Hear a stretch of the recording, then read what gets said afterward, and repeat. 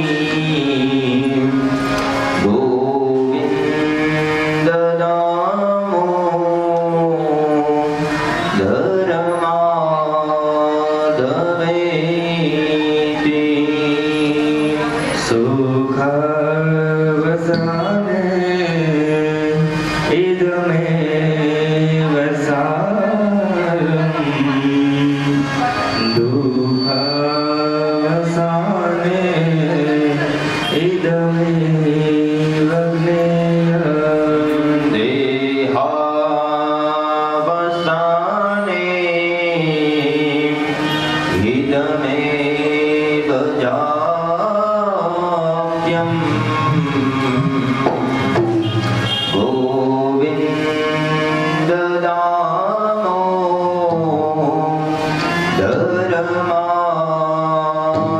ધર્માધવૈતિ શ્રી કૃષ્ણ રાધા હરે ગોકુલેશમ ગોપાલ ગોવર્ધનનાથ વિષ્ણુ વિહવે પિબસવા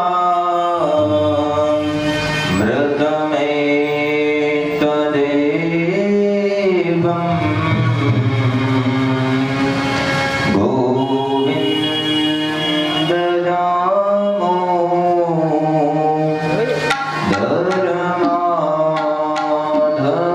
ધર્માધવૈતિ દિવ્યવીર સખ્યે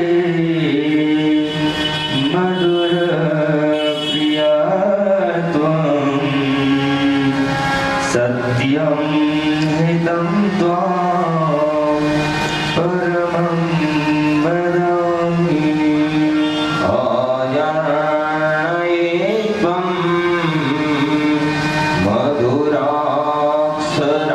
મધુરાક્ષરાણિ ગોવિંદ રામો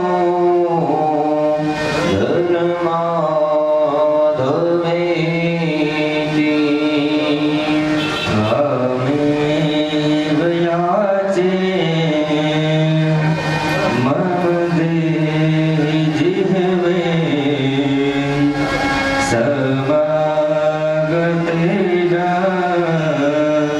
દદરે કૃતાંતે ભક્ત્યાવ્યમેવં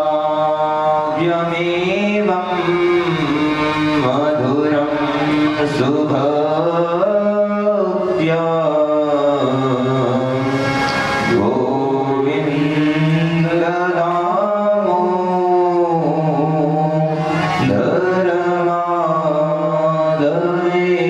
ધર્માધવૈતિ શ્રી કૃષ્ણ કનૈયા કી જય ભાગવત ભગવાન કી જય.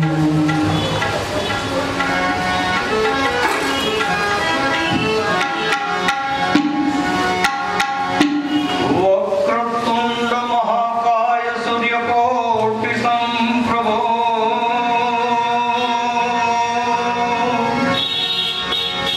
નિર્વિઘ્નેન કુરુ મે દેવો સર્વકાર્યેષુ સર્વદા શ્રી કૃષ્ણ કનૈયા લાલ કી જય ભાગવત ભગવાન કી જય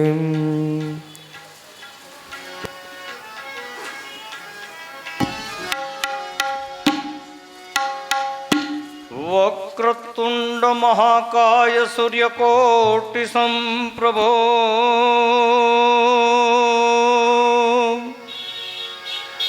નિર્વિઘ્નેન કુરુ મે દેવો સર્વકાર્યેષુ સર્વદા નારાયણં નમસ્કૃત્યં નરં ચૈવં નરોત્તમં દેવી સરસ્વતીર્વ્યાસો તતો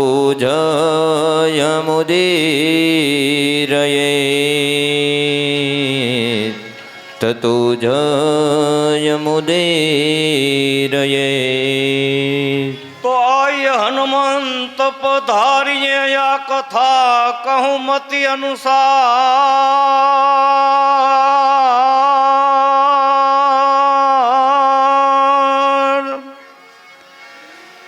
પ્રેમ સહિત યાગાદી ધરું ઓ તો પધારીએ બાલા હનુમાનજી મહારાજ કી જય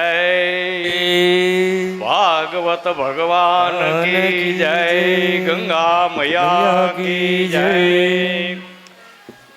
નમઃ પાર્વતી પતિ હર હર મહાદેવ હર. ઓમ નમો ભગવતે વાસુદેવાય નમઃ. હરિદ્વાર ધામ ધર્મનગરી સાક્ષાત બુલાકી બાપુ આજે 16ની પેઢીએ બાપુ આવા મહાસંતોના સાનિધ્યમાં આજ ભગવાનની કથા કાલ પહેલો દિવસ આજ બીજા દિવસમાં પ્રવેશ કરે છે. તો આ વ્યાસ ગાદી ઉપરથી બિરાજમાન સર્વને કિશોરભાઈના જય શ્રી કૃષ્ણ મહાદેવ હર. હવે થોડુંક એક મને પસંદ એવું નાનું ભગવાનનું કીર્તન સંભળાવી. અમારા સંતો એમ કહે ડૉક્ટર પાસે તમે જાઓ ને કે શું વાંધો આવે તો પૂછે ને કે તમને શું તકલીફ છે બેન મનીષાબેન, એટલે આપણે કહી કે ભાઈ સાહેબ ભૂખ નથી લાગતી. કે હા તો આ ભૂખ જમવા પહેલાં આ એક ગોળી લેજો ભૂખ લાગશે, પછી આ બીજી ગોળી દઈએ, આ જઈમાં હોય ફૂલ જઈમાં પછી લેજો એટલે જમેલું એ પચી જાય. એમ આ પહેલી ગોળી અમે ભૂખ લાગે એની દઈ છીએ, પછી બીજી ગોળી બાપુ દેશે અમારે એ તમે આપણે જઈમાં છે એ બધી પચી જવા માટે. એટલે હું અહીંથી આ તમને કે તમે ભાવે ભજી લ્યો ભગવાન, આ જીવન થોડું રહ્યું તમે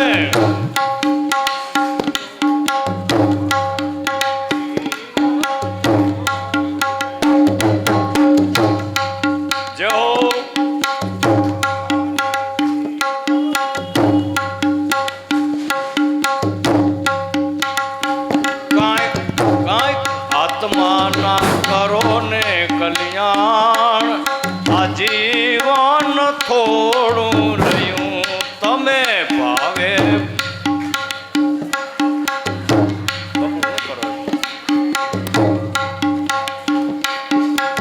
તમે દીધેલા કોલ કેમ ભૂલી ગયા, તમે દીધેલા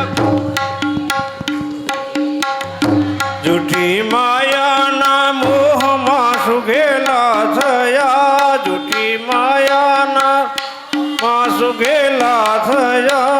ચેતો ચેતો શું ભૂલ્યા છો ભાન, આ જીવન થોડું રહ્યું ભૂલ્યા છો ભાન, જીવન થોડું રહ્યું તમે હવે વાજી ભગવાન, જીવન થોડું રહ્યું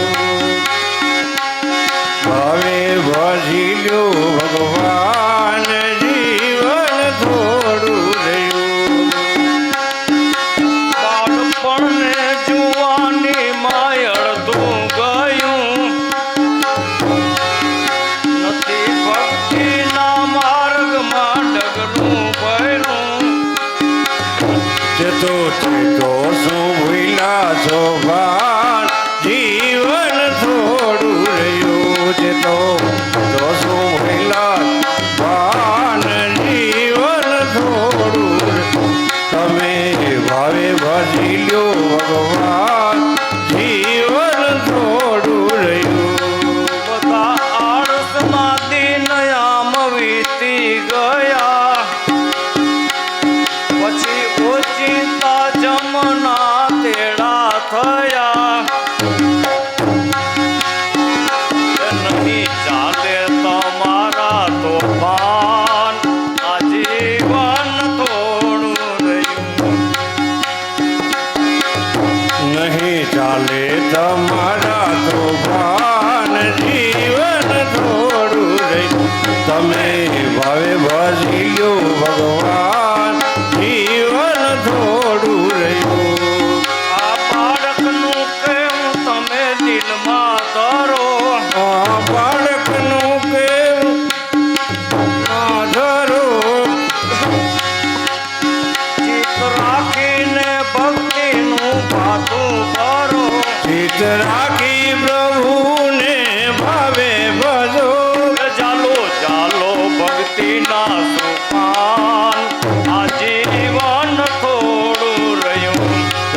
ભાવે ભજી લો ભગવાન જીવન થોડું રહ્યું કૃષ્ણ તમે કનૈયાલાલ કી જય. ભગવાન અકારણ કરુણા કરનાર દયાના સાગર જેને કહીએ અને એથી પણ શબ્દ ઓછા પડે એવા ભગવાન પરિબ્રહ્મ પરમાત્મા આપણા સૌ ઉપર બિરાજમાન છે. ત્યારે યુધિષ્ઠિર મહારાજને આટલી વાત કરી નારદજીએ, એટલે યુધિષ્ઠિર મહારાજને થઈ ગયું કે વાહ, જેમ આ જગત આખું પરમાત્માનું સ્વરૂપ છે એમ જગતમાં પધારેલા પરમાત્માના સ્વરૂપ છે.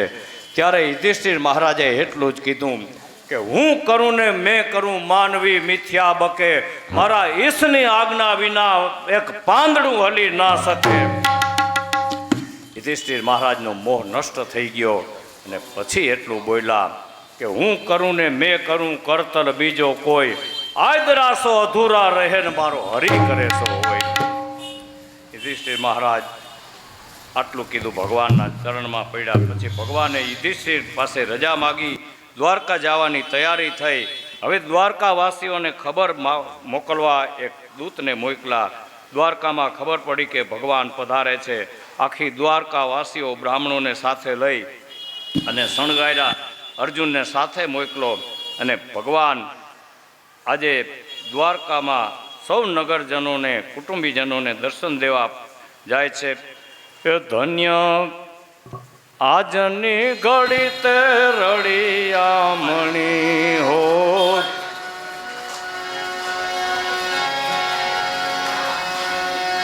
અરે મારો વાલો આવ્યાની વધામણી રે મારો અરે અરે વાલો આવ્યાની વધામણી રે દૈન આજની ઘડી તે રળિયામણી. વાલો આવ્યાને વધામણી રે મારો વાલો આવ્યાને વધામણી રે સખી આજની ઘડી તે રળિયામણી. આરે પૂરો પૂરો સુહાગણ સાથીઓ, આરે પૂરો પૂરો સુહાગણ સાથીઓ, પૂરો પૂરો સુહાગણ સાથીઓ. આરે કેરે અરે આવે માલપ તો હરિયાથીઓ જીરે, આરે ઘેરે આવે માલપ તો હરિયાથીઓ જીરે. આજની ઘડી તે રળિયામણી, હારે સખી આજની ઘડી તે રળિયામણી. ભગવાન દ્વારકાના દરવાજામાં પગ મેલો ત્યારે સૌ જય જયકાર કરે છે. બોલીએ શ્રી દ્વારિકાધીશ ભગવાન કી. ભગવાને માતા પિતાને વંદન કર્યા. સૌ નગરજનો ભગવાનને ભેટ્યા છે. મિત્ર રૂપે દર્શન આપ્યા અને પછી પિતા રૂપે, સદગુરુ રૂપે અને દેવ રૂપે ભગવાન, અને પહેલાં માતા પિતાને વંદન કર્યા. ભગવાને એમ કીધું કે ભૂલો ભલે બીજું બધું, મા બાપને ભૂલશો નહીં, જેના અગણિત છે ઉપકાર એને વિસરશો નહીં. અમારા પુનિત મહારાજ એમ કહ્યા કે લાખો કમાતા હો ભલે, પણ મા બાપ જેના ના ઠર્યા એ લાખ નહીં પણ રાખ છે, એ માનવું ભૂલશો નહીં. મા બાપ તો ભગવાન બે ચરણમાં પડ્યા. પછી માતા પિતાએ આશીર્વાદ આપ્યા છે. હવે પરીક્ષિત રાજાની કથા સાંભળવામાં 88,000 ઋષિ મુનિઓ તૈયાર હતા અને પછી કીધું કે હવે 12મા અધ્યાયમાં આવ્યા અને સૂતને પૂછ્યું કે હે સૂતજી મહારાજ, ભગવાને રક્ષણ કર્યું ગર્ભમાં અને બચી ગયેલા પરીક્ષિતના જન્મથી મરણ સુધીની અમારે કથા સાંભળવી છે. ત્યારે સૂતજી બોલ્યા કે હે ભૂદેવો બ્રાહ્મણો, યુધિષ્ઠિર મહારાજની કથા હવે તમને હું સંભળાવું કે યુધિષ્ઠિર મહારાજે આ દીકરાના જન્મના સમાચાર સાંભળ્યા, આખા હસ્તિનાપુરમાં મીઠાઈના વેચાણ કર્યા બ્રાહ્મણોને બોલાવ્યા અને બાળકનું ભવિષ્ય જાણ્યું. ત્યારે બ્રાહ્મણોએ રાજકુમારનું નામ બ્રાહ્મણોએ કીધું કે વૃષભ રાશિમાં જન્મ થયો એટલે વિષ્ણુરાત નામ રાખવામાં આવશે. પણ ભગવાને ગર્ભમાં રક્ષણ કર્યું હતું, આંખ ખુલી ગઈ હતી ને જે દર્શન થયા હતા એની આંખું ચારે બાજુ આમ ચક્કર વક્કર કે ઓલું મને મારી માના પેટમાં ગર્ભમાં દર્શન થયા હતા એ ક્યાં ચક્કર વક્કર જોતો હતો એટલે નામ પડ્યું.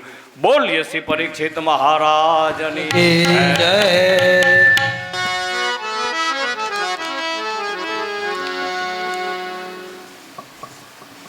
પરીક્ષિત રાજા મોટા થયા છે.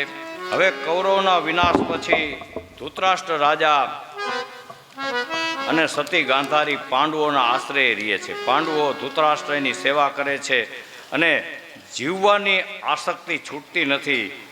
હવે બન્યું એવું કે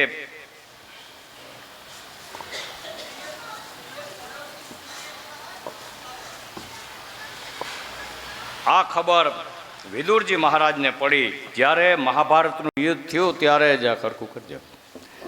વિદુરજી યાત્રા કરવા નીકળી ગયા હતા અને 36 વર્ષ સુધી યાત્રા એટલે જાત્રા આપણે કહીએ છીએ ને, જાત્રા કરવા આવ્યા છે. જાત્રા એટલે તરવા જાતા નહીં, વાંથી મોકલે તરવા.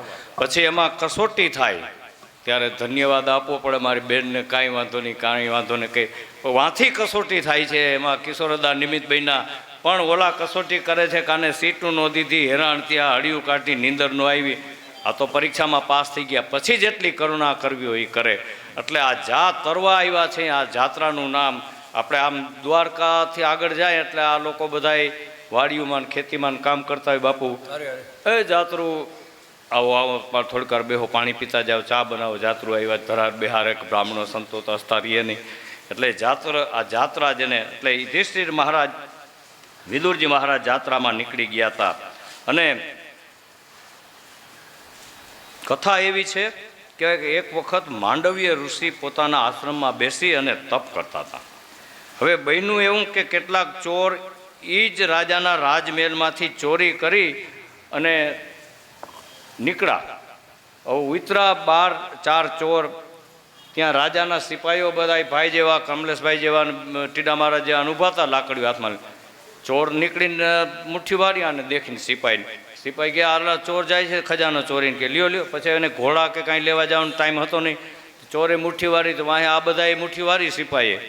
ચોર આગળ ને પાછળ સિપાહીઓ જાતા જંગલમાં અડધેક ગયા ત્યાં પકડાઈ બીકે ઓલા દોડાવતા હતા. એટલે કે આશ્રમ દેખાણો, એમાં 4 ચોર વયા ગયા. આશ્રમ હતો માંડવ્ય ઋષિનો. માંડવ્ય ઋષિ આ સવારના ભાગમાં સમાધિમાં બેઠા હતા. એટલે આ ચોરે ઓલા ધનના પોટલા ચોરેલા હતા એ માંડવી ઋષિના અહીંયા મોઢા મૂકીને આમ આડાવડા પિલોર પાસેના આમ ગયા દિવાલમાં છુપાઈ ગયા. ત્યાં તો ઓલા સેવકો આવ્યા કે હમણાં પકડી લે, આમાં ગઈ ક્યાં જાય. ત્યાં તો આવ્યા ત્યાં આ માંડવી ઋષિને દેખ્યા કે હા આ ચોરી કરીને અહીં પોટલા પડ્યા છે ને ઢોંગ કરે છે, ઉપાડો આને કે. એને ઉપાડ્યો. ઓલા 4 એને આડાવડું જોઈને બધાને પકડી લઈ આવ્યા. 5 ને ચોર 4 ને આ ઋષિને. રાજાને ખબર આપી કે બાપુ આપણા રાજમહેલમાં ખજાનો ચોરી કરી ગયેલા 4-5 ચોરને અમે પકડી આવ્યા છીએ. એટલે રાજાએ કાંઈ જોયું નહીં અને હુકમ કર્યો કે જાઓ એને તમે સૂડીએ ચડાવી દો 5 સૂડીના માચડા બંધાઈ ગયા. પછી ચોરને અહીંયા લેવા 5 એ બાપુ જેવા કોઈ સંત માણસ હતા એટલે રાજા પાસે ગયા કે બાપુ કે બોલો કે આપણે ઓલા 5 ચોર પકડી ગયા છે આપણા સિપાહી, એમાં ચોર તો 4 છે પણ એક તો ઋષિ જેવા લાગે છે, આપ જરાક આવી જુઓ ને. રાજા કે હાલો. રાજા આવ્યા, જોયું તો કે ઓહો, ઋષિને પગમાં પડવા માંડ્યા. કે માંડવી ઋષિ કે તારે પગમાં પડવાની કાંઈ જરૂર નથી, આમાં દોષ કોનો છે? સમાધિ લગાવીને જોયું તો દોષ એની યમરાજનો દેખાણો. માંડવીય ઋષિ યમની પુરીમાં ગયા. યમરાજાને કહે કાં ભાઈ આ શું કર્યું? ત્યારે યમરાજાએ કીધું કે તમને અમને કે હું તો આટલી ઓલી કરું છું ને આ તપને મને આ સૂડીને માચડે ચડવાનો વારો કેમ આવ્યો કે? ત્યારે યમરાજાએ કીધું કે તમે 5 વર્ષના બાળક હતા ત્યારે પતંગિયાને પકડી અને સૂડીથી આમ વીંધી નાખ્યું હતું, એની સજા તમને આ પડી. માંડવી ઋષિ કે વાત ખોટી છે કે 5 વર્ષ સુધી બાળક નિર્દોષ હોય એનો દોષ ગણાતો નથી, અને તમે આ નિર્દોષને સજા કરી એટલે હું તમને શાપ આપું છું કે જાઓ તમે 100 વર્ષ સુધી આ પૃથ્વી ઉપર મનુષ્ય અવતાર ધારણ કરો. પછી માંડવ્યા ઋષિના શાપથી આ યમરાજા પોતે વિદુરજી થઈને આવ્યા છે, પાંડુના પુત્ર બની હસ્તિનાપુરમાં. આ એની કથા સાંભળી અને તે દીનું હલાવે છે. આ એસટીવાળા ટ્રેનવાળા કે 5 વર્ષ સુધીના બાળકની ટિકિટ ફ્રી હોય છે, તે દીનું હાલ્યું આવે. પછી 100 વર્ષ સુધી તમે જાઓ કે માંડવી ઋષિ આવ્યા છે અને વિદુરજી બન્યા. હવે આ વિદુરજીને નક્કી થયું કે મોટા ભાઈ ધૃતરાષ્ટ્રને બોધ આપવા કરતાં કીધું કે આને છોડાવું, હજી જીવવાની આશા છૂટતી નથી, અને જેને મારી નાખવા માટે આટલા કંઈક તમે કર્યા કાવા દાવા, અને હવે એ જ તમને રોટલા ખવડાવે છે ને જીવવાની શું આશા. એમ કરીને વિદુરજી મોટા ભાઈ પાસે ધૃતરાષ્ટ્રને બોધ આપવાને કીધું કે રાજા, તમે તો મારા મોટા ભાઈ છો, પણ આ હસ્તિનાપુરની ગાદી સંભાળી એટલે તમને રાજા તરીકે હવે આ મહાદુસ્તર સમય નજીક આવી રહ્યો છે. મહાદુસ્તર સમય કોને કહેવાય? 70, 80, 75 ઉંમર જાતી જાય એટલે અમે મહાદુસ્તર સમયમાં જવાનો સમય નજીક આવતો જાય, એટલે તમારું મરણ નજીક આવી રહ્યું છે, એમ ગુજરાતીમાં ન કીધું. એટલે હવે તમે જુઓ, તમારા સર્વ પૂર્વજો કાળનો કોળિયો થઈ ગયા, તમારા 100 દીકરા હતા એ આ અન્યાયમાં બધાય મરી ગયા, હવે તમે આ જીવવાની આશા કેમ મૂકી શકતા નથી? ત્યારે ભીમસેનને મારવા માટે ઝેર આપ્યા, દ્રૌપદીને તમે ભરીસભામાં અપમાન કર્યા, લાક્ષાગ્રહમાં બાળવા માટે ટ્રાય કરી, તો હવે આવા દિન હાલતમાં જીવવાનું પ્રયોજન શું છે? ત્યારે ધૃતરાષ્ટ્રે કીધું કે ભાઈ વિદુર, આ જગતમાં જન્મેલાને જીવવાની આશા, તમે કોઈ અહીંથી ઉંદર કે નીકળશે ને તમે એને મારવાની કરશોથી ભાગશે, એને ઉંદરની યોનિમાં કાંઈક મજા તો આવતી હશે ને.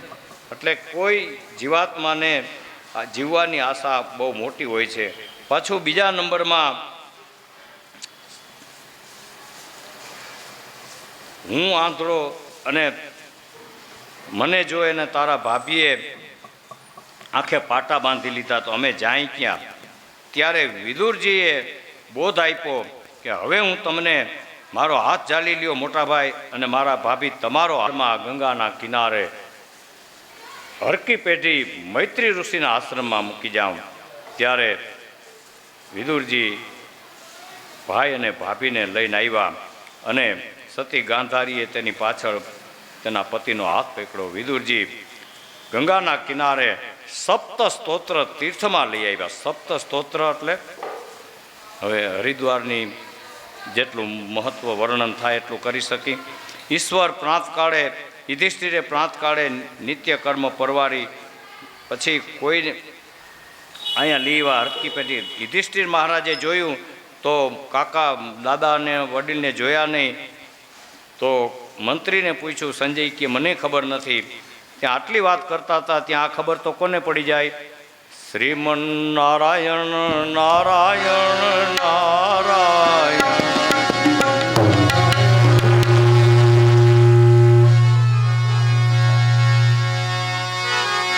શ્રીમન નારાયણ નારાયણ નારાયણ.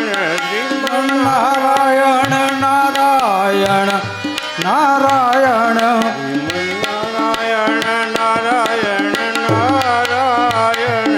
શ્રીમન નારાયણ નારાયણ નારાયણ. શ્રીમન નારાયણ નારાયણ નારાયણ. નારદજી આવ્યા અને યુધિષ્ઠિર મહારાજને કીધું કે મહારાજ, હવે તમે તમારા દાદાને તમે નહીં મળી શકો, કારણ કે અહીંથી વિદુરજી મહારાજને હરિદ્વારમાં હરકી પેટીએ મૂકીવા છે, અને હવે 5મે દિવસે તમારા દાદા આ શરીરનો ત્યાગ કરશે, અને તેની પાછળ તમારા બાપુ સતી થઈ જશે. ત્યારે હવે તમે તેને મળવા માગશો તો નહીં મળી શકો. સમય જતા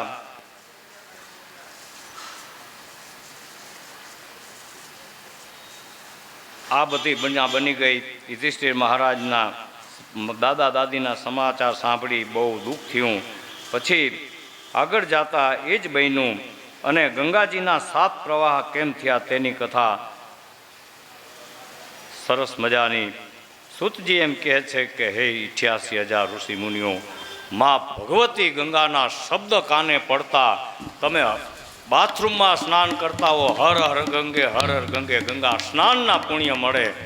ત્યારે આ એવી મહાપવિત્ર ગંગાજીના કથા એવી સપ્ત સ્તોત્રની તમારા 24 કલાકના પાપનો નાશ કરી નાખે. એક રીતે ગંગાજીના પ્રવાહની જ્યાં 7 ધારા ભેગી થઈ છે એ તીર્થસ્થાનને સપ્ત સ્તોત્ર સ્થાન કહેવામાં આવે છે. આ 7 પ્રવાહ કેમ થયા તેની પુરાણિક કથા એવી છે કે જ્યારે રાજા ભગીરથ ઉપર માતાજી પ્રસન્ન થયા, આ પૃથ્વી ઉપર આવવા તૈયાર થયા, ત્યારે તેમનું સ્વાગત કરવા માટે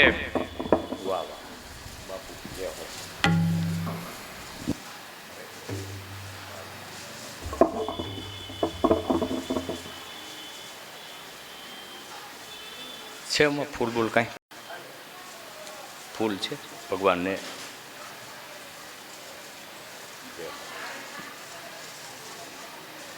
ત્યારે 7 ઋષિ ઊભા થયા અને માતાજીને 7 ઋષિ એક જ હારે વધારવાનું કીધું કે માતાજી મારા આશ્રમમાં આવવાનું આમંત્રણ આપ્યું. માતાજીએ સ્વીકારી લીધું. ત્યારે પછી મા ગંગાએ વિચાર કર્યો કે ઋષિ સમર્થ છે, જો એકના આશ્રમમાં પહેલાં જઈશ ને બીજાના આશ્રમમાં પછી જઈશ તો શાપ આપશે. એટલે આ વિચાર કરી માતાજીએ પોતાના 7 સ્વરૂપ ધારણ કર્યા અને 7 ઋષિના આશ્રમમાં એકી હારે પ્રગટ થયા.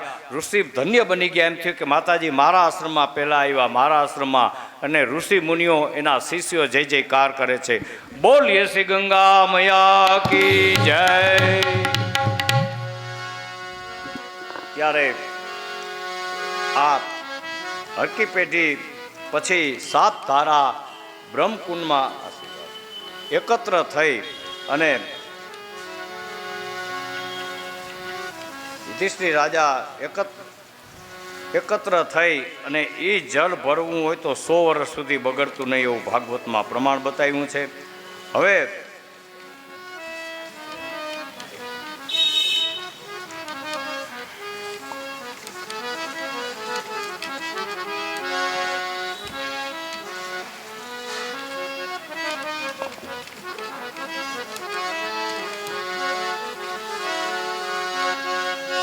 સજનો વિચાર કરો કે નારદજી હસ્તિનાપુરમાં જઈ યુધિષ્ઠિર મહારાજને બોધ આપ્યો. એ બોધ નારદજીએ સૌને આપણને લાગુ પડે, કારણ કે આપણે માનવ શરીર ધારણ કરેલું છે અને માનવ શરીરનો મોહ સમય આવે તજી દેવો જોઈએ. અને કોઈ પ્રશ્ન કરે તો પછી ઈશ્વરે માનવ શરીર ધારણ કર્યું શા માટે બનાવ્યું. ત્યારે 11મા સ્કંદમાં તેની વાત પરિપૂર્ણ આવશે, પણ અત્યારે ટૂંકમાં અમે એમ કીધું. મૂંગો મનુષ્ય દેહ હિતેશ એ ફરી એ મળે નહીં વારંવાર. હે ભાઈ તું ભજી લેને ગીરધાર. ભાઈ તું ભજી લેને ગીરધાર. હે જૂઠી કાયા જૂઠી છે માયા. જૂઠા કુટુંબ પરિવાર. રાજા ગોવિંદ સંધુ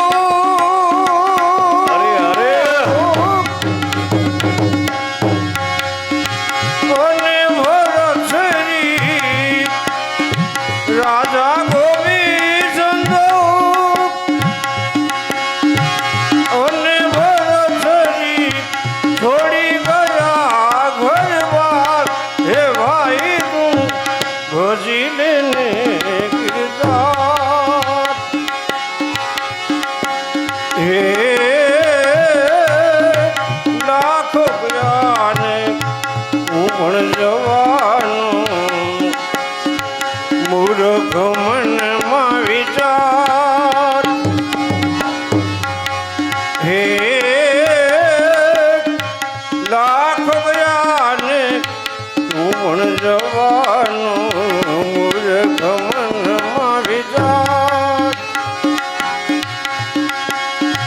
સાચું કહું છું છતાં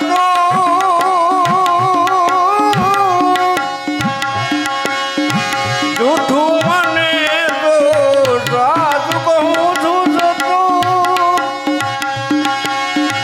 જૂઠું મને તો ભુવા કુટુંબને સંભાળ હે ભાઈ તું ભજીને ને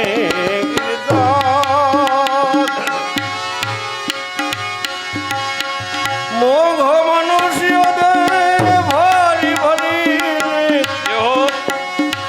મળે નહીં વારંવાર હે ભાઈ તું ભજીને ને કીર્તાર ભાઈ તું ભજીને ને ત્યારે ભગવાને એમ કીધું કે મનુષ્ય દેહ તો સર્વોપણી છે અને મેં ભગવાન કહે એક પગા બે પગા ચાર પગા છ પગા અનેક પગા પગ વગરના કંઈક સર્જન કર્યા છે એમાં આ માનવ દેહ એક જ એવો મેં રચના કરી કે મને ઓળખી શકે અને માનવ દેહ મને પ્રિય છે. હવે 14મા અધ્યાયથી પરીક્ષિત યુધિષ્ઠિર રાજાની કથા આગળ ચાલતા ભગવાન શ્રી કૃષ્ણ દ્વારકા ગયા.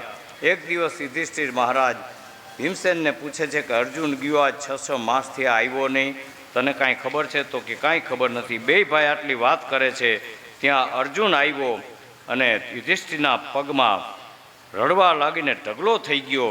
ત્યારે યુધિષ્ઠિરે ઊભો કર્યો, છાનો રાખ્યો કે શું ભાઈ તારાથી શું કોઈ બેન દીકરી ઉપર ખરાબ નજર થઈ ગઈ છે? કોઈ બ્રાહ્મણ સાધુનો અન્ય અપરાધ કર્યો છે કે શું છે? ત્યારે અર્જુને કીધું કે મોટા ભાઈ દ્વારકાથી આવ્યો ત્યારે ભગવાને 16,108 રાણીઓને રક્ષણ કરવા મને મારી સાથે મોકલા, પણ કાબા લોકોએ મારો પરાજય કર્યો, હું એનું રક્ષણ ન કરી શક્યો. આ હું ઈનો એ અર્જુન હતો, એ મારું ધનુષ્ય બાણ. પણ અર્જુને એમ કીધું કે સમય સમય હે બલવાન નહીં પુરુષ બલવાન, કાબે અર્જુન લૂંટ્યો વહી ધનુષ વહી બાણ. સમય બળવાન છે, એક દિવસ બથમાં ન સમાતો હોય ચપટીમાં આવી જાય ને ચપટીમાં ન સમાતો હોય તમે પૂછો કે વાંકાનેર, રાજકોટ, જામનગર કે ફલાણા બાપુનો ઓળખ કરે એને તો બધા એક સમય આવી જાય એટલે બળવાન બની જાય. ત્યારે અર્જુન આટલી વાત મોટા ભાઈને કરી અને પછી કુંતાજીને ખબર પડી કે કુંતાજી એટલું જ બોલ્યા કે શ્રી કૃષ્ણ શરણમ મમ કહેતા માતાજીએ રજા લઈ લીધી. યુધિષ્ઠિર રાજાએ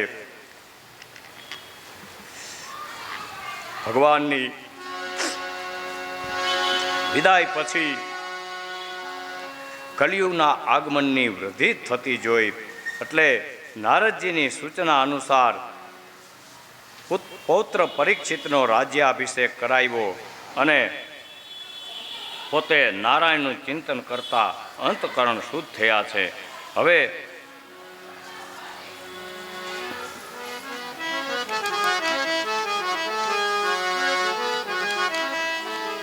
અંતકરણ શુદ્ધ થઈ ગયા છે. હવે પાંડવોને એમ થયું કે હવે આપણે કાંઈક પ્રયાણ કરી લઈ. હવે છેલ્લા દિવસો ત્યારે પાંડવોએ પછી નક્કી કર્યું, હિમાલયનો માર્ગ પકડ્યો અને આજે ચાલતા ચાલતા પાંડવો કેદાર ક્ષેત્રમાં જ્યાં કેદારેશ્વર મહારાજ સ્વયંભૂ પ્રગટ છઠ્ઠું લિંગ પ્રગટ થયેલું છે સૌરાષ્ટ્ર સોમનાથ આપણે એના છઠ્ઠું લિંગ ત્યારે ત્યાં ગયા છે. મહાદેવજીના પૂજન અર્ચન દર્શન કર્યા, લોટા ગંગાજળ ચડાવ્યા અને ભેટી પડ્યા અને જય જયકાર થાય છે. બોલીએ શ્રી કેદારેશ્વર મહાદેવ કી જય. હવે ત્યાંથી આગળ જતા એક યુધિષ્ઠિર મહારાજ બૈચા યમરાજાને દ્વારે સ્વયં એક ભાગવત એમ કહે છે કે રાજા જનક વૈદેહી અને એક મહારાજા યુધિષ્ઠિર ભગવાનના સાક્ષાત્કાર કર્યા છે. હવે પરીક્ષિત મહારાજની કથા આગળ ચલાવતા રાજા પરીક્ષિત એક વખત દિગ્વિજય કરવા નીકળ્યા છે અને એક શુદ્ર જેવા મનુષ્યને રાજાના ચિહ્ન ધારણ કરેલા મુગટને પહેર્યા છે અને ગાય અને બળદને પગ વડે મારતો હતો. આ રાજા તો મહાન હતા, પાંડવ કુળના છત્રી રાજા હતા, અને ઈરાવત રાજાની દીકરી સાથે લગ્ન થયા હતા. જન્મે જે એવા 4 દીકરા હતા. એટલે રાજાને થયું કે આ કેમ મારે છે. ત્યારે સોનક મુનિએ સૂતજીને પ્રશ્ન કર્યો કે હે સૂતજી, એ શુદ્ર જેવો માણસ કોણ હતો અને પગ વડે ગાય અને બળદને શા માટે મારતો હતો. ત્યારે સૂતે એમ કીધું, તે મુનિઓ એમ કીધું કે જો આ વાત ભગવાનના કથાને અનુરૂપ હોય તો કેવા કૃપા કરશો. વ્યર્થ વાર્તાલાપ કરવો, આ જિંદગીના શબ્દ તમે આ શબ્દ ગણી ગણીને આપ્યા છે. ખોટો બળબડાટ કાંઈ ચાલુ રહેવું નહીં, કાંઈ કામ પૂરતું. બાકી ઈશારાથી સમજી જાય આમ તો 2 શબ્દ બચી જાય. બેંકમાં તમે 5 લાખ રૂપિયા મૂક્યા, લાખ ઉપાડી એવા, બીજી ફેરે બીજા લાખ, ત્રીજા લાખ, ચોથા લાખ, 5મે લાખે પૂરું થઈ ગયું. 6ઠા લાખે તમે શું કહેવાય સ્લીપ મૂકો તો ઓલો કે ભાઈ તમારું ખાતું નીલ છે, કાંઈ છે નહીં. એમ આ શબ્દ પૂરા થઈ જાય તો પછી નીલ થઈ જાય. એટલે ભગવાનની કથાને અનુરૂપ હોય તો કેવા કૃપા કરો. ત્યારે સોનક મુનિએ આટલું કીધું. એટલે સૂતે એમ કીધું કે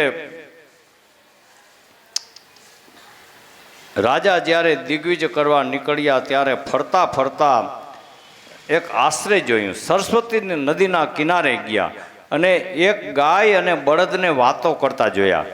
અને એ હતા કોણ? ધર્મ પોતે હતા, એને બળદનું સ્વરૂપ ધારણ કર્યું, અને આ માતા પૃથ્વી હતા, એને ગાયનું સ્વરૂપ ધારણ કર્યું હતું. પછી પૃથ્વી એકદમ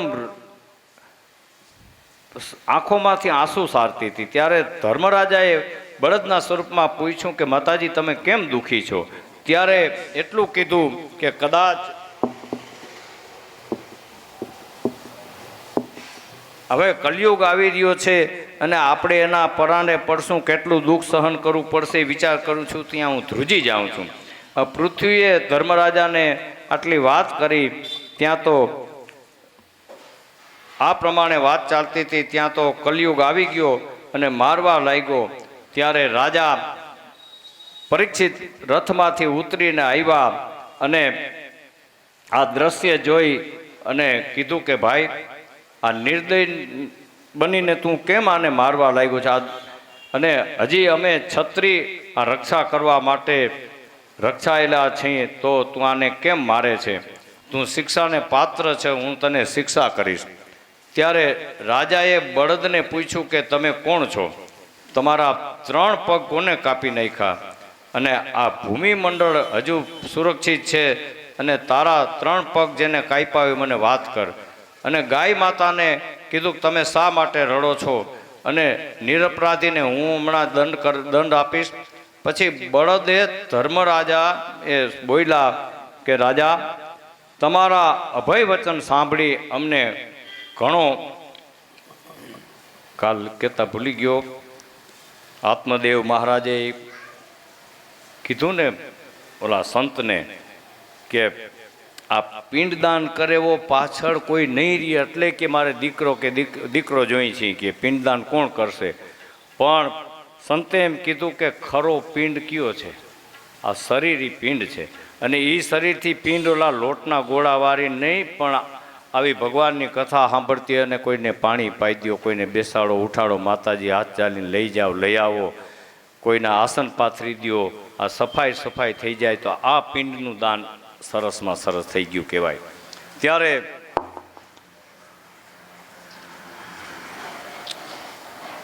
બળદની વાત, બળદે કીધું કે અમને અભય વચન મળી ગયું. પછી બળદની વાત સાંભળી આ રાજા હતા, રાજા વિષ્ણુનો અવતાર કહેવાય, એટલે ઓળખી ગયા કે સાક્ષાત તમે કોઈ ધર્મ જ એમને ખાતરી થઈ ગઈ લાગો છો. ત્યારે ધર્મે હા પાડી. પછી 4 પગના વાત કરી. હવે કલયુગ નામનો આ શુદ્ર રાજા 1 પગ છે એ કાપી નાખવા તૈયાર છે. પણ રાજા પરીક્ષિતે કીધું કે તમે ચિંતા ન કરો, હું કલયુગને હમણાં સજા કરું છું. આમ કહી રાજાએ કલયુગનો વધ કરવા માટે તલવાર ઉગામી. પણ કલયુગ તરત જ રાજાના પગમાં પડી ગયો. હવે છત્રીનો ધર્મ છે કે શરણે આવેલા ઉપર પછી હાથ ન ઉપાડે. ત્યારે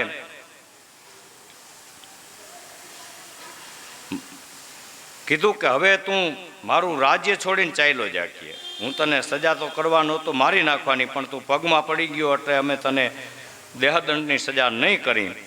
પછી કીધું કે તું મારું રાજ છોડીને, ત્યારે કલિયુગે ધ્રુજતા ધ્રુજતા બે હાથ જોડીને કીધું કે મહારાજ, આપ તો ચક્રવર્તી રાજા છો, ચારે દિશા સુધી તમારું રાજ ફરે છે, તમે મારે ક્યાં જાવું કહે, તમે એ તો બતાવો.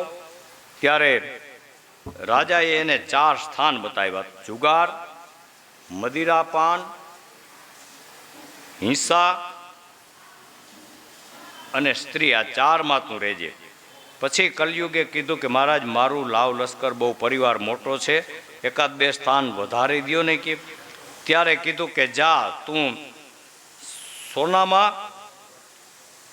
ત્યારે 2 સ્થાન વધાર્યા સોનામાં, અને તું જ્યાં હિંસા થતી હોય, કજિયા મારામારી, અહીંયા રહેજે. હવે મનુષ્ય સ્થાનથી ચેતીને ચાલવું. સ્ત્રીઓ અને સોનાનું સેવન તો આપણે ગ્રસ્તથી છે એટલે કરવું પડે, પણ શાસ્ત્રે એમ બતાવ્યું કે બધી મર્યાદા હોવી જોઈએ, તમામ વસ્તુની મર્યાદાથી કરો. એટલે ત્યારે પછી એમ કીધું કે એ સંસાર કાંટે કી બાજી, ઉજળ ઉજળ મર જાના હૈ.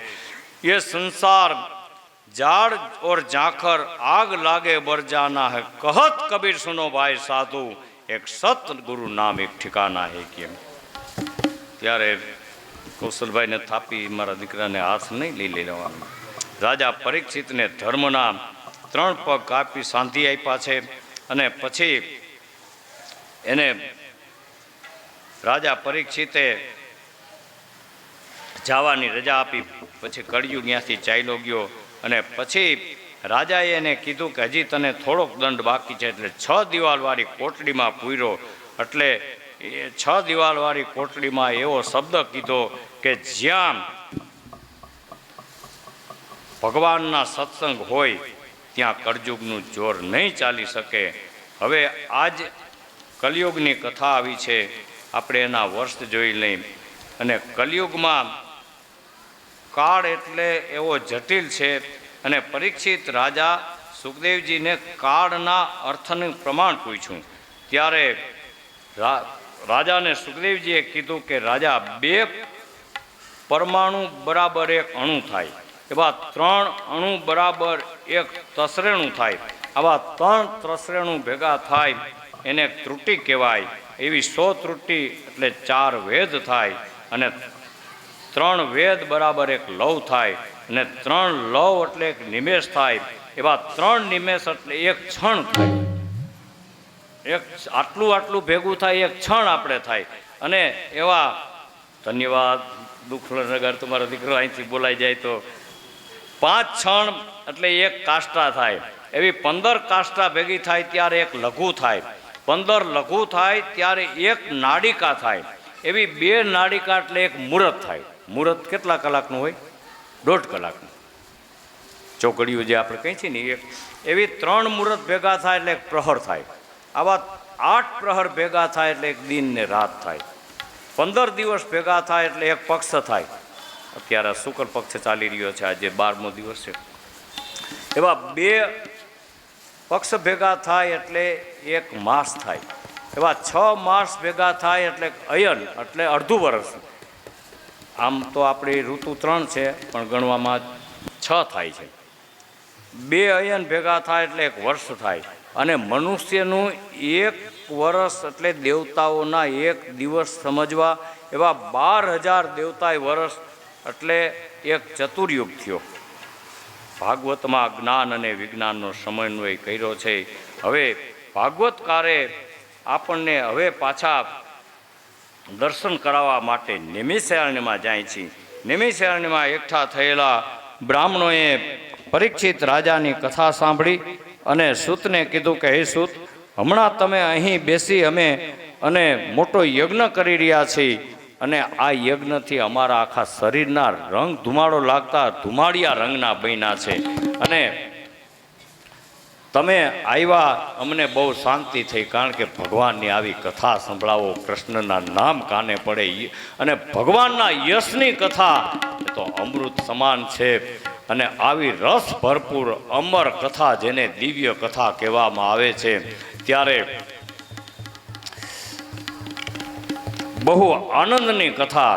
મુનિઓ આ ક્ષણભર શાંત બની ગયા અને ભગવાન શ્રી કૃષ્ણના સ્મરણ કરવા લાગ્યા. આંખો બંધ થઈ ગઈ. શ્રી કૃષ્ણ શરણ મમ શબ્દ ચાલુ થઈ ગયા. અને ત્યારે સૂતજી ભગવાનના લીન થઈ અને મહારાણી એવા રાધિકાનું ધ્યાન ધર્યું.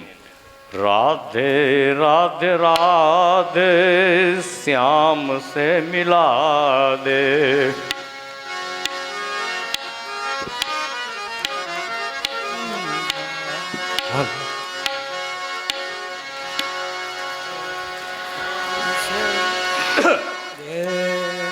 श्याम से मिला दे घन श्याम से मिला दे. श्याम से मिला दे जय हो.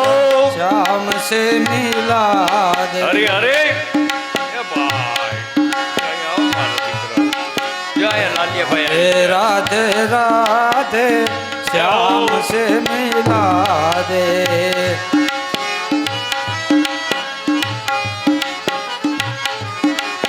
हे राधे राधे राधे श्याम से मिला दे.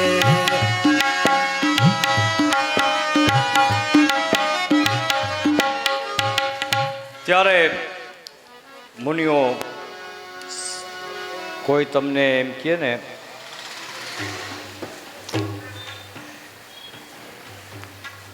કે ભગવાનના ભજન કરો ને તો કે નહીં થાય. કા આપણે તો ગમે એમ તો એ સ્વાર્થ ને મતલબ ગોતી ને આપણે કળયુગના માણસો તો એમ કહે કે કાંઈક ફાયદો ખરો તો કે હા કે આખો દી ન થાય તો થોડીક વાર કરો કે કેટલી વાર તો કે એક ઘડી આધી મેં પુનિયાદ તુલસી સંગ રહે સાધુ કો તો કટે કોટી અપરાધ કી. એક ઘડી કરો આ કે નહીં થાય તો કે અડધી ઘડી કરો તો આ કે નહીં થાય તો કે અડધીની અડધી પા ઘડી કરો તો કે નહીં થાય પણ કે એનો ફાયદો તો કે કટે કોટી કરોડ અપરાધ તમારા મટી જાય. એટલે પછી આવા રાતે રાતેના સ્મરણ ચાલુ થાય. ત્યારે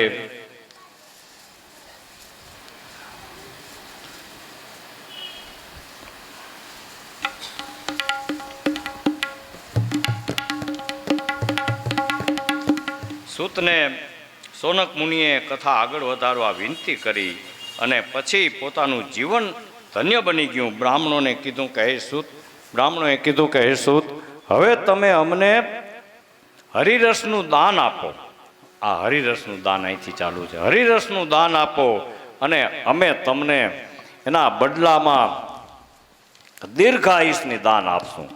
અને દીર્ઘાયુષ તમે સૂત કહે છે કે હે બ્રાહ્મણો, તમે તો વિદ્યાવ્રત છો, વયોવ્રત છો, તપોવ્રત છો. તમારી સેવાથી તો હું ધન્ય બની ગયો, કુલીન બન્યો.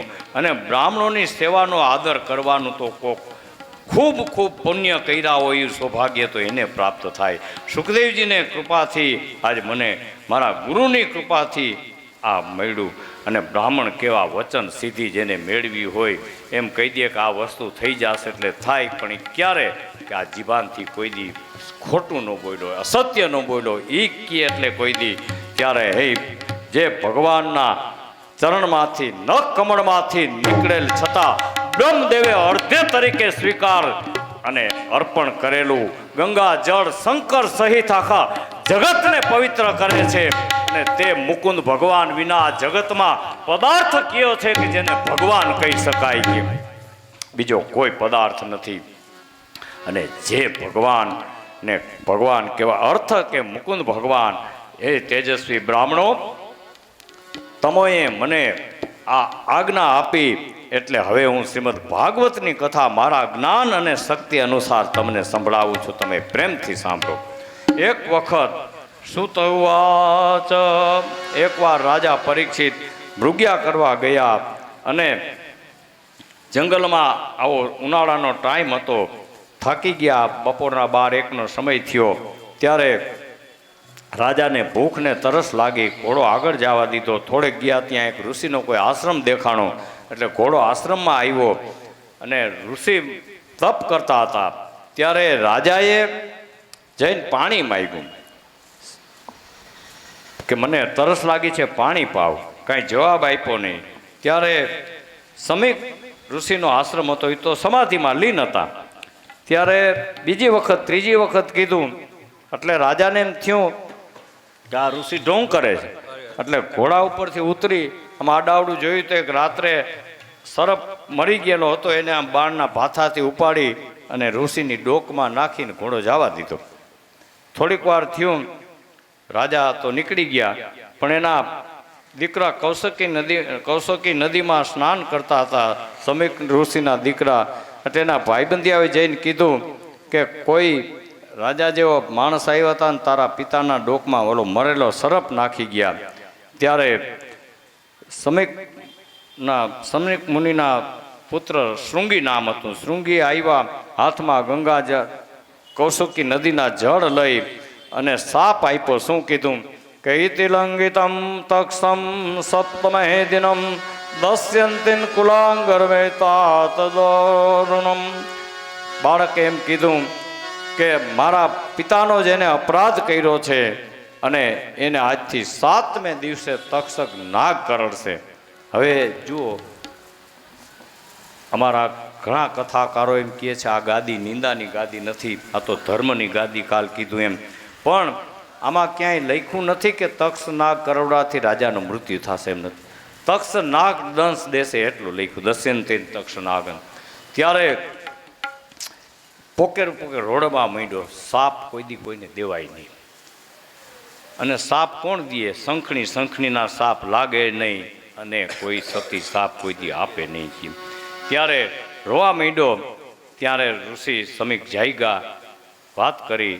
ત્યારે સમાધિથી જોઈ કરે બાળક તે તો બહુ મોટી ભૂલ કરી. આ રાજાએ તો તે જેને સાપ આપ્યો કીધું કે લાખો મરજો પણ લાખોનો પાલનહાર ના મરજો. આ તો લાખોનો પાલનહાર. અને પાંડુકુળના મહારાજા છત્રી એવા પરીક્ષિત મહારાજ હતા કે હવે તે તો બહુ ભૂલ કરી. પછી ગોર નામના બ્રાહ્મણને કીધું કે જાઓ રાજાને ખબર આપો. રાજા હસ્તિનાપુરમાં રાજમહેલમાં જઈ અને માથે પહેરેલો મુગટ આમ ઉતારી નીચે નાખ્યો તો ઝબકારો થયો. રાજાનું શરીર ધ્રુજી ગયું. કરે મેં આ શું કર્યું કે જે હાથથી બ્રાહ્મણોના સાધુના ડોકમાં હું ફૂલની માળા પહેરાવતો, પૂજા કરતો, એના ડોકમાં મરેલો સરપ, નક્કી મારું કાંઈક અનર્થ થવાનું લાગે છે. ત્યાં તો ગોર નામના બ્રાહ્મણે આવીને કીધું કે રાજા તમને બ્રાહ્મણનો સાપ લાગ્યો છે. આજથી 7મે દિવસે તક્ષક નામનો નાગ તમને દંશ દેશે. રાજાએ સાપને વરદાન તરીકે માથે સ્વીકારી લીધો કે ભલે બ્રાહ્મણોનો સાપ એમાંય કાંઈક મારું ભલું હશે કહે. એટલે પછી રાજાએ તરત જ